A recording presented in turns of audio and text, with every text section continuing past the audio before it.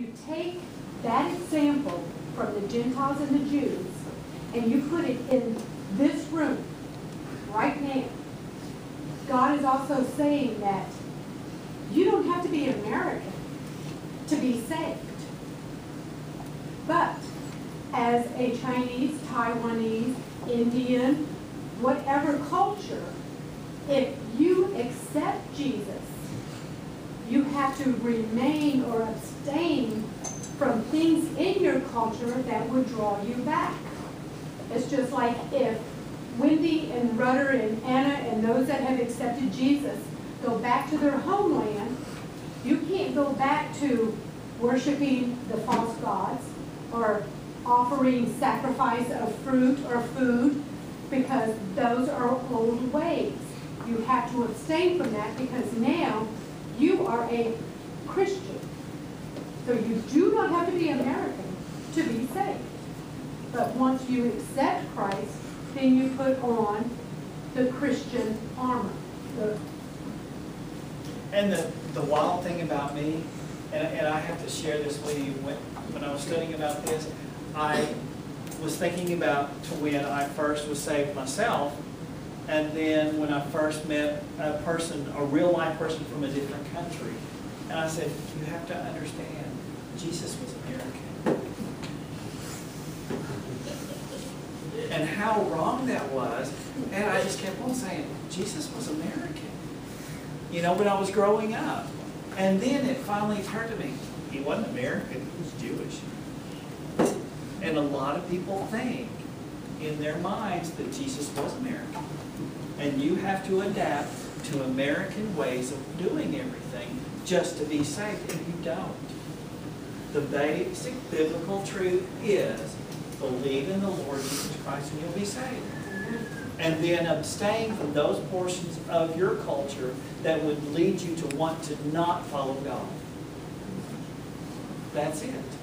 And I think and that was just an earth-shattering experience for me. And another earth-shattering experience for me was to understand that Jesus didn't speak Southern English.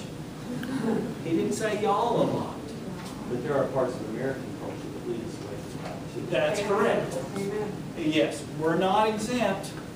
We are not exempt. And you'll see, all you have to do is walk down the streets on campus at Arkansas Tech, and you'll find examples.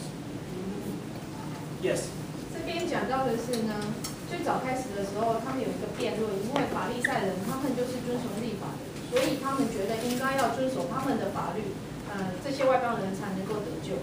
但是呢，保罗跟巴拿巴呢举了很多的例子，他们认为得救是从神的恩惠里面来的，并不是遵守这个摩西的律法才能够得救。所以最后呢，最后的裁决，最后的决定就是因为。James 就是雅各起来讲话了，他是耶稣的弟弟，他是耶稣的弟弟，也是犹太人12个支派里面当中的一个族长，所以呢，他起来讲话，他提醒了这个会议，就是说他用了Old Testament 里面的东西来提醒，就是说这个外邦人会信主，其实神已经在 Old Testament 里面已经预言了这个事情。所以他用了这个东西，那所以呢，从他讲完了之后呢，那个外邦人呢，从此就是从摩西的律法里面，这里来讲是自由了，他们不需要遵守摩西的律法，不像犹太人那样子，但是他们必须要遵守的是神给的这些法律。那为什么要遵守这些呢？因为他们必须，因为外邦人他们有自己的文化，就像我们有我们自己的文化。可是如果我们的信主之后呢，我们必须不能做的这些事情，就是让我们又回归到我们原来的轨道上去，然后去信那些就是崇拜那些偶像的事情，就是这样子。那刚刚那个Jerry妈跟 James 讲到是说，很多人都会认为耶稣基督不是美国人啊，其实事实上他也不是美国人。但我们信主也不一定要照着美国的方式一定要这样子做，但是只要有基本的规则，就是他这边提醒你，就是他怕你回归到你原来的文化、你原来的习俗，让你没有办法去遵守神其实给你的就最简单的道路，就是你只要相信他是唯一的神，这样子就能得救。这个很简单的东西，其实我们常常会把它搞混，或者是没有办法去遵守。 All right.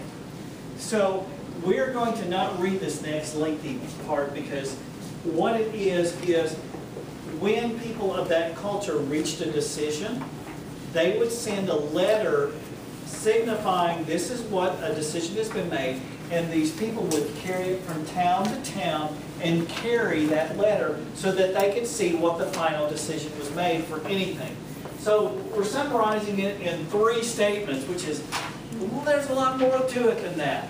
But in essence, all it said was salvation is through faith only. Just exactly like Paul and Barnabas had gone around on the first mission journey and said, salvation is through faith only.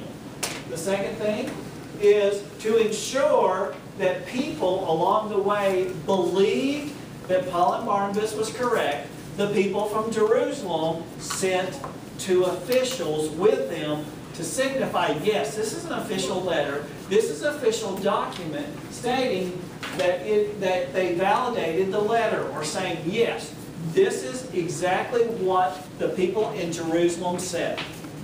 They validated it. They made sure that it was correct. And last but not least, because they all came together, they all talked, they all learned from each other, guess what happened? Encouragement and strengthening. Every time God's people come together and they talk, they encourage each other.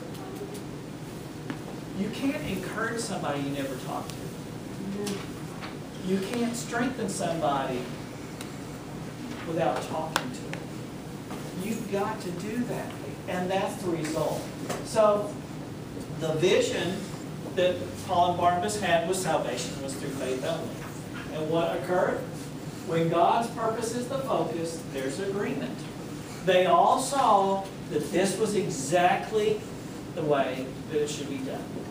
So when we focus our attention upon what God wants us to do, we're always going to agree on something, on principle. Second thing is, through communication, there's always understanding. If I never talk to Daniel, how does Daniel know that I like him?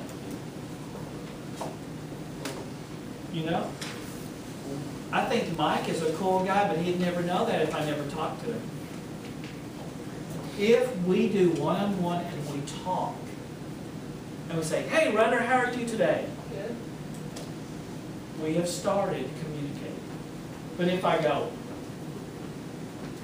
I would really like to talk to Runner, but I'm afraid she won't go. We're not communicating. You have to make that first step. You have to go and you have to talk, because that's where you learn from each other.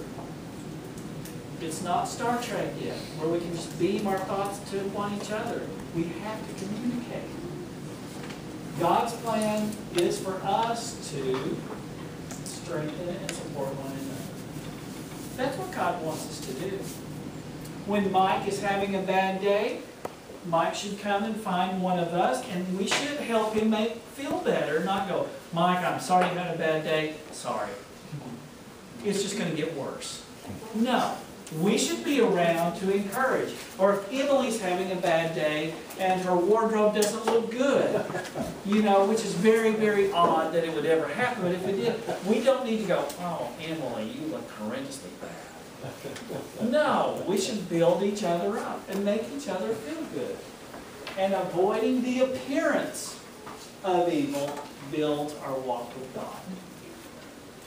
Avoiding the appearance. Not that we're doing anything bad, but avoiding the appearance will help strengthen our walk with God. And that's my lesson today.